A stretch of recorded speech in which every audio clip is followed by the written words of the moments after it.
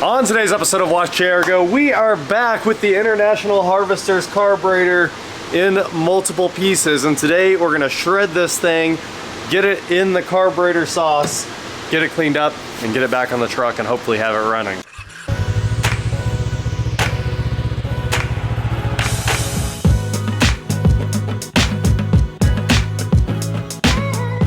What is going on, guys? I am WatchJRGo, and today, like I said, I'm here with Eric out at my dad's shop where we have the now banned by the EPA carb cleaner here, and it's very cold and we are just getting a bunch of work done very quickly. You guys can hear we have the heat rocking here, but we just got here, so it's going to take a little while for the heat to catch up. So unfortunately, that's why it's very loud in here as well. Yeah, but make sure you edit that out, because when your dad watches this, he's going to make us pay for the heat. Oh yeah, that's true. He bills us. We're going to get a bill for this. All right, so I do want to remember that jet with the hole goes right there. And we'll just back this guy out real quick. It's that guy right there. That's the center. Nothing else in there, just more trash. Wow. I don't think we'll have more than a few minutes in tearing this thing down. It should be a very easy tear down. We should probably open our kit. This is the 15447B from O'Reilly's. Does it come with new metering rods? I don't think it does. It doesn't. So new needle, new seats it looks like, new accelerator pump diaphragm, all new clips and all new gaskets. So we are going to be reusing all of the original jets this time. Look at that, that was crusty.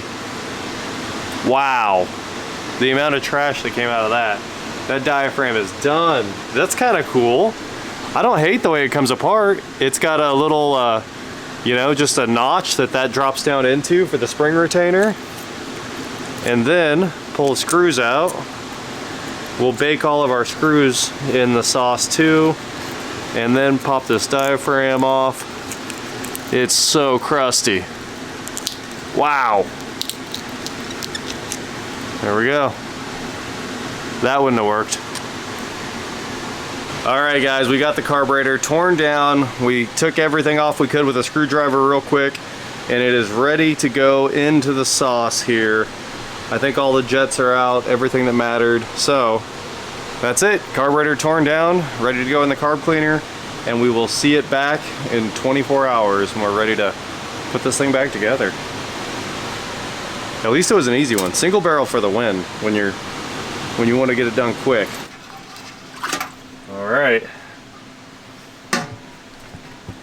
How long do you marinate your metal parts for? About 24 hours, but this stuff it gets weaker like every time you use it, and more trash gets in it. So this time, I mean the last one, the Mercedes carbs needed 30-ish hours, something like that. So we'll probably check this in 30 hours, assuming that it's probably even a little weaker after the last carb. So sometime tomorrow, next day. All right, our carburetor is out of the cleaner, and it's looking much newer. Kind of looking like the day it came out of its original plating right there. Look at that, made in USA. Crazy. Everything's cleaned up, ready to be reassembled. All the screws have been brushed off with the jeweler's wheel there. You can see, if it will focus, that they're all nice and shiny like the day they were new, other than the fact that it's probably been apart a couple times. There's some wear on those straight bit heads there. And everything brass has been polished up too. So let's put this thing back together. The main thing over here is this accelerator pump. That's our new diaphragm that replaces the old crusty one that doesn't really move at all. On this one, it's ready to go, and I slid it in there and we're ready to drop the bolts in. This is a super simple carb. I mean, it only has like 15 different screws there, so in a couple of minutes I should have this thing back together. It's mostly just dropping in the 4 screws for that accelerator pump and screwing in a few jets, so let's get to it. Well, there we go. Just a few minutes later, we have our nice, pretty, fresh Carter YF ready to go back in the International. So let's get over there and get this thing installed. The one thing I didn't do was put this guy in yet, because I want to put some thread sealant on there. So we're just going to put that back in the box for the moment, and then pack all this up and take it with us. All right, guys, we are back in my shop where you can actually see this beautiful work of art. Look how clean we got that thing. You can read the patent numbers on it now. And before, when we didn't know what the carb was, it sure would have been easier if we could read that Carter YF right off the bat there. But now we can read it, and we're back with our gasket stack and our phenolic spacer here. So let's go ahead and throw all of this on our intake manifold that we just finished cleaning up. So we got that nice and clean, and it turns out you can't use the spacer and the other gasket. You have to do those too. Where'd you put the nuts that hold this carburetor? It was all inside of that. Ah, look at that. You're exactly right. Okay, so we got a bunch of stuff here actually. You took all this apart. I don't know. But it was, I've done something since then, so okay. It's very low chance I'll get it back together. Well, I'm just guessing all of this was throttle linkage. Yep. And this holds the carburetor off. Absolutely. Okay. You said take the minimum off. Yeah, you did a great job. I'm not here to hate. All right, speaking of hating, we are here to talk about why working on old cars is the worst thing you could possibly do. I just made a thread about it on the old Twitter, and everybody was talking about it, but basically, since we got this, you know, first of all, most of these old cars don't do well, right? Everyone says they want to see old cars, and then in the comments, they say new cars are terrible, but the analytics show that nobody believes that at all. It's very obvious that this International, we get a ranking of our YouTube videos, and the first video on this ranked 10 out of 10, which is the worst you could do. And the second video ranked 7 out of 10.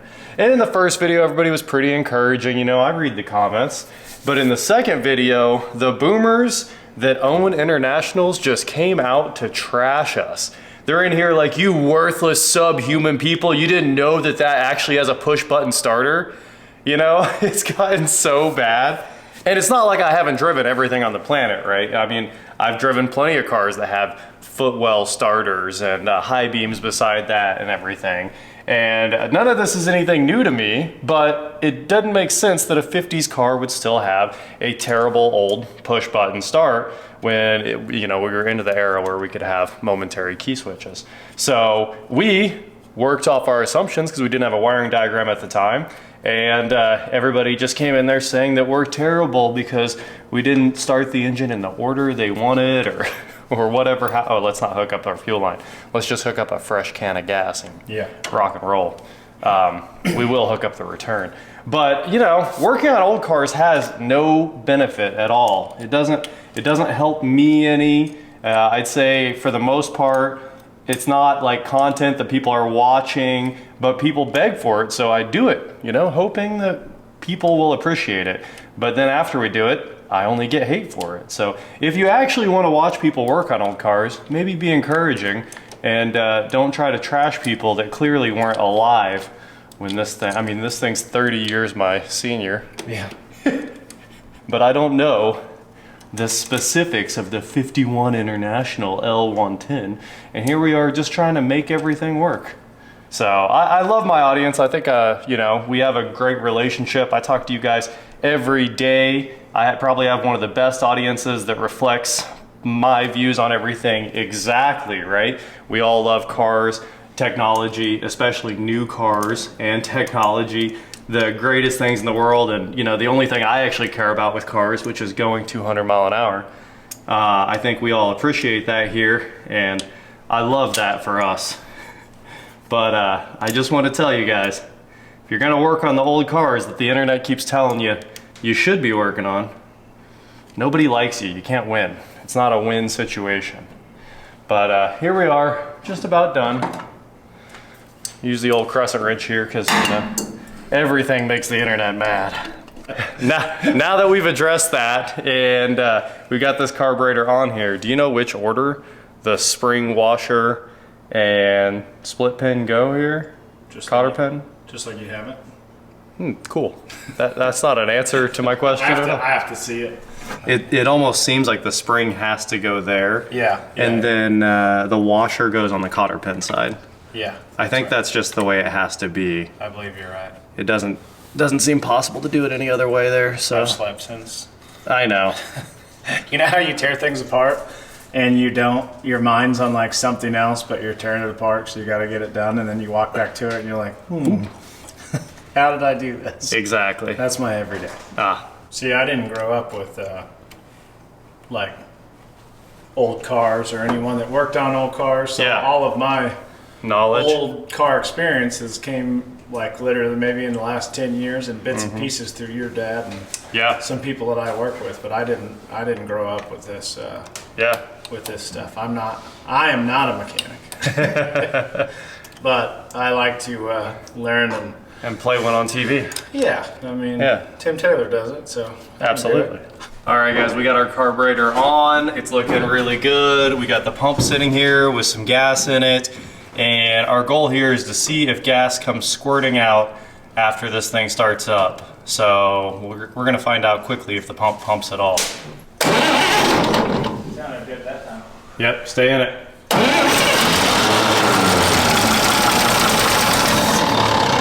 All right, I think the pump does work. Let's get the float bowl on. I saw it flopping up and down. You may try one more time just to be sure. No.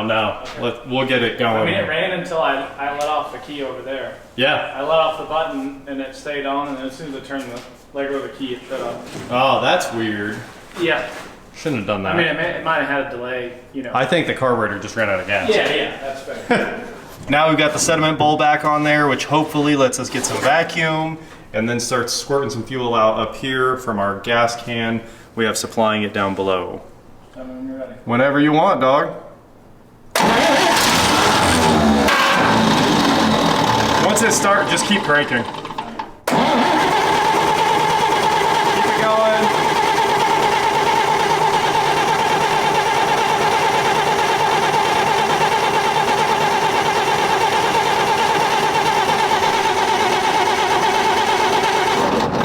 We're not getting any gas into the pump. We're gonna have to prime it. We primed the fuel pump. You guys can see all the fuel floating around in the sediment bowl there. We got the gas tank right here, ready to rock, and we did confirm it was just fogging fuel out. You can see where it dumped fuel all over the frame rail there. So now, we should be good. Go ahead.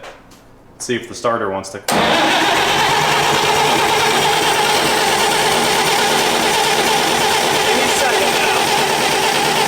I think the float's stuck. I think the float's stuck closed for some reason, and we got to pull the top back off. Don't know how, but it'll happen on these big jobs. It seems like that's what happened. We had to pop the top off the carb one more time and shorten up the little float adjustment rod there just a hair. So previously the float adjustment rod was missing, but we went ahead and just took the grinder, took off, I don't know, 1 millimeter, just a hair, and got the float to actually allow gasoline in, which it wasn't before. It was just staying locked shut.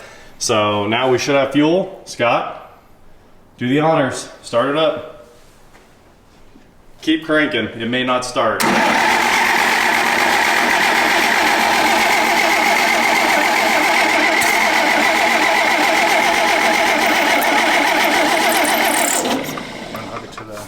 You know, I don't know what's going on with the jump pack. Hold on. Like we don't have a good connection. Oh, the alternator's the move, isn't it? We got to reprime the pump now that we got fuel back into the thing. Ready to rock, I think. Go for it.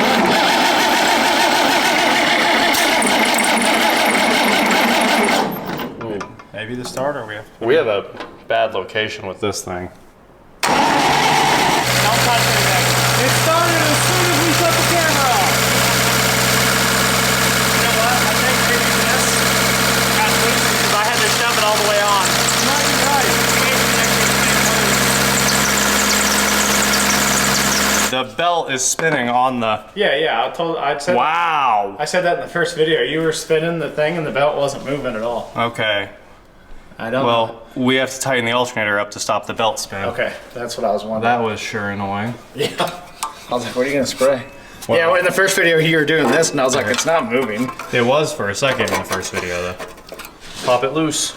Pop it low, girl. Pop it low, girl. Should be this way. Yeah. Yank hard. Nice. Oh, here. You want me to spray some lube on there? There you go. I need to loosen it up more. It didn't move at all. Oh, it moved. Not enough to matter. I need some mo. Let me try that guy right there. Go. Let's see if we can make that work.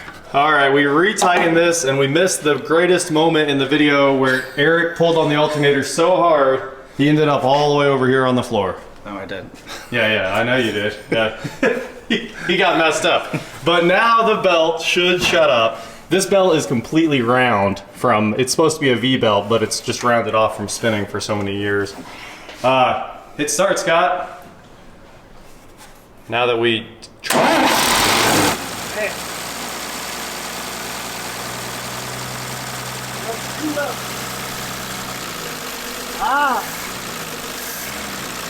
That's why I was idling too high. The throttle leak is stuck.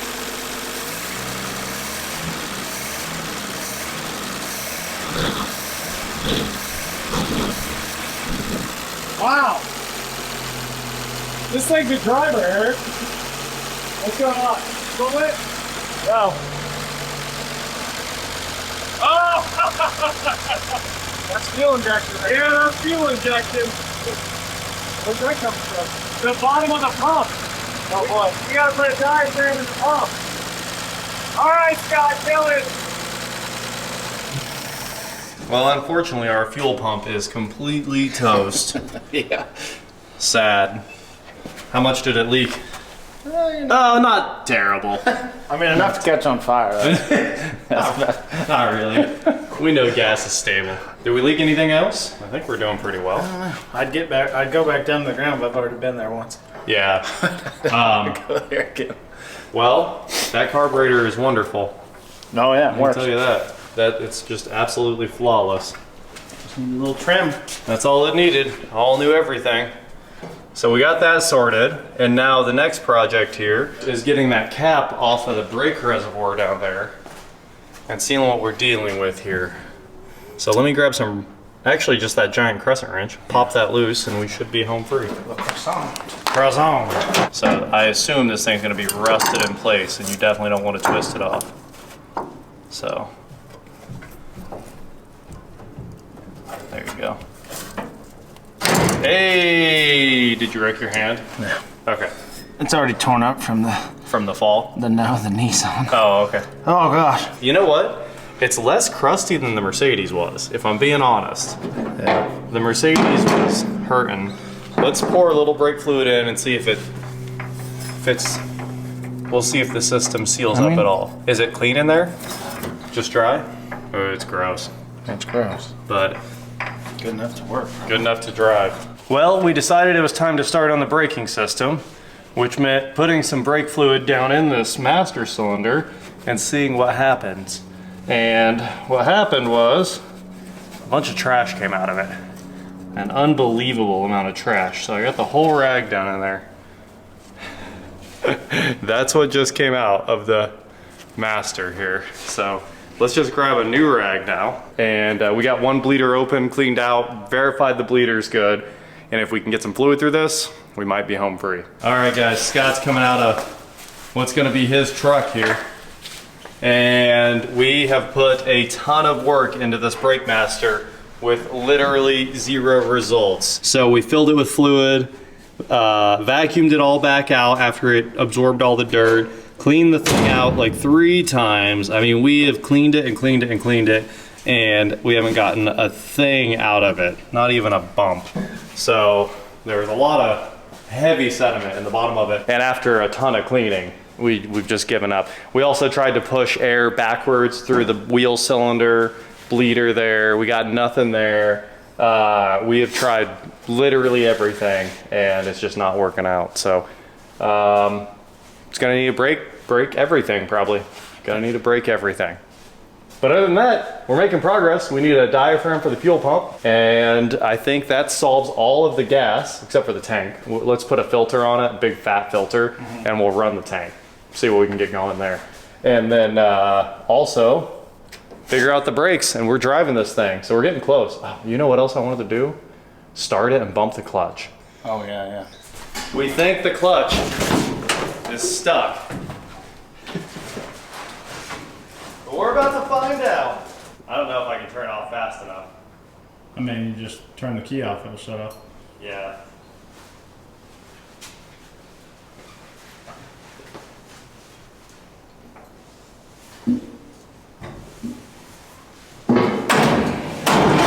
Hold on.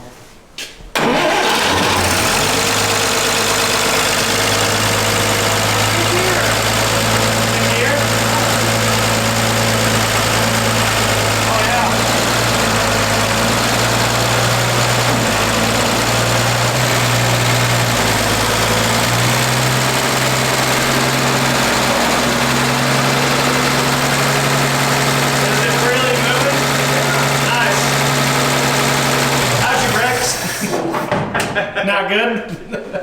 Brakes went to the floor when I tried them there. Yeah, I was gonna say, I knew you pressed them. Woo! Instinctively Went for the brake. Yeah, I mean, it came off like nothing. It was definitely stuck. The first time I bumped the starter, the clutch was stuck. And then I had it on the floor the whole time, gave it a couple bumps, and we got a clutch. Nice. So all that's left is brakes. We're getting close. We're driving this thing. Can't wait to drive it to your house. That diaphragm. The diaphragm, the fuel pump. You're just saying, I can't wait to park it at your house. That's exactly. You just want it out of the way. Exactly. I need to be able to use the shop. But we're making progress. So, there you go, guys. I love these projects because it's fun. Like, we brought this thing back from the brink. It's so much fun going through this stuff and seeing it come back to life, especially when it's a literal, like, I mean, it's nearly Model T level car. There's like no difference between this and a T other than it's got a, well, this and an A. Yeah. Man, we don't have the wooden boxes. And we don't have the floor shifter. Yeah. This thing's, anyway, fun. It sure runs great. That's it for today, guys. Thank you so much for watching. Don't forget to head on over to shop WatchJRGo.com for cool shirts, like the one I'm wearing under this. And please like, share, subscribe, do whatever you want to do, and I will talk to you next time. What do you think, Scott? You did a good job pumping the brakes. One of these days, we'll have you do a full brake bleed and you'll just really enjoy your life. I actually think if we let the master sit overnight, it will start working again. So what we're gonna do is we're gonna put a hole in the floor. Yep.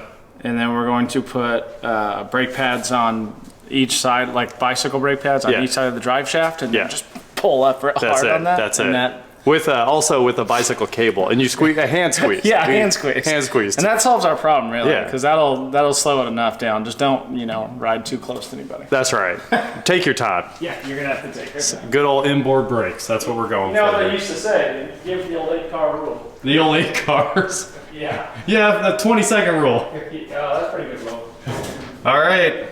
A lot of progress here. We made it all the way through fuel, and now, well, ignition, fuel, and we're down to the stopping part. We could have this thing out on the road. I'm super excited about that. Also, I want to say another note here. While a lot of people are upset about how we're working on this, this just showed up. It's mail time. All right, let's look at the note here. From John Rice. Huge shout out to John Rice. Sent us a whole box of Techron there. So, I always use Techron when I'm working on Corvettes. It's the fix for all the fuel cylinders. I don't know if it's the fix for this gas tank, because it's probably rough, but could be. See, some people are upset about how we work on things, and some people are just like, let me help. Yeah, no, I love that. Yeah, it's awesome. So I'll take a door. If you happen to have a door. It's like now he's asking for too much. Too much.